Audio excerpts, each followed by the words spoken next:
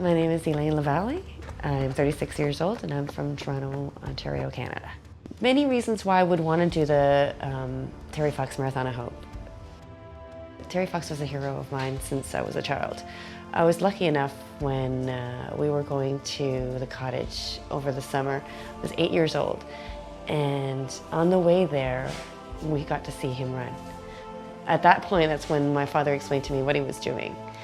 And it made such a big impression on me that this ordinary, average-looking guy, he didn't look like a Superman, superhero, was running every day. He had one leg, but still didn't stop him. He was determined enough to run every day, a marathon a day, for a cause that was something that he would believe in and would push him to that level.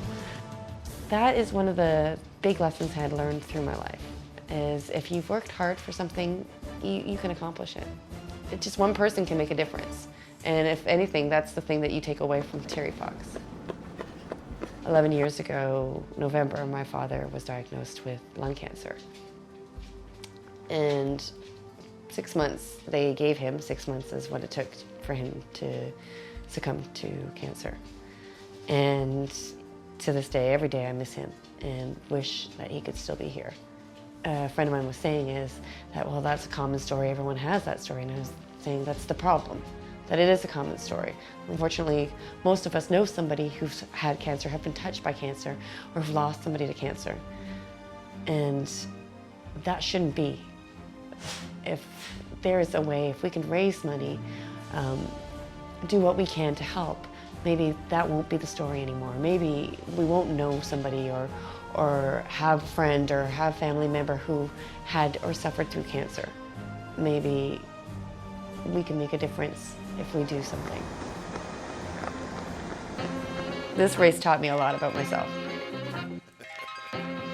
You start at one point of the lake, and this is the lake through here, and then day one you finish at one point, and then day two you go back to where you finished on day one, and you go through, and then day three it's the same thing around. One of the guys who had done the race the previous year had said, anytime you're having a tough time doing this race, look left.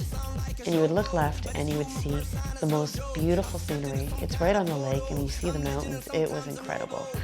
So you remind yourself that you're part of something great. You get to, have conversations with great people who are doing races with you, and you get to really get to know yourself, because you can push yourself a lot farther than you really thought possible. I truly believed at that point that you can run every day. It's hard work, but you can do it. It's doable.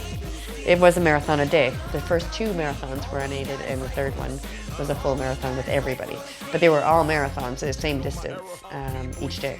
It wasn't as bad as I thought it would be. I actually quite enjoyed it. And my first marathon, I was 26 and foolish. Had no idea what I was getting into. I had run the half 3 weeks before. That was my longest run. I went in track pants and a pair of aerobic shoes and thought, why not? About 30 kilometers in, a 60 to 65-year-old man, I wasn't sure exactly how old he was, but he looked older. And when you're 26, 40 looks old.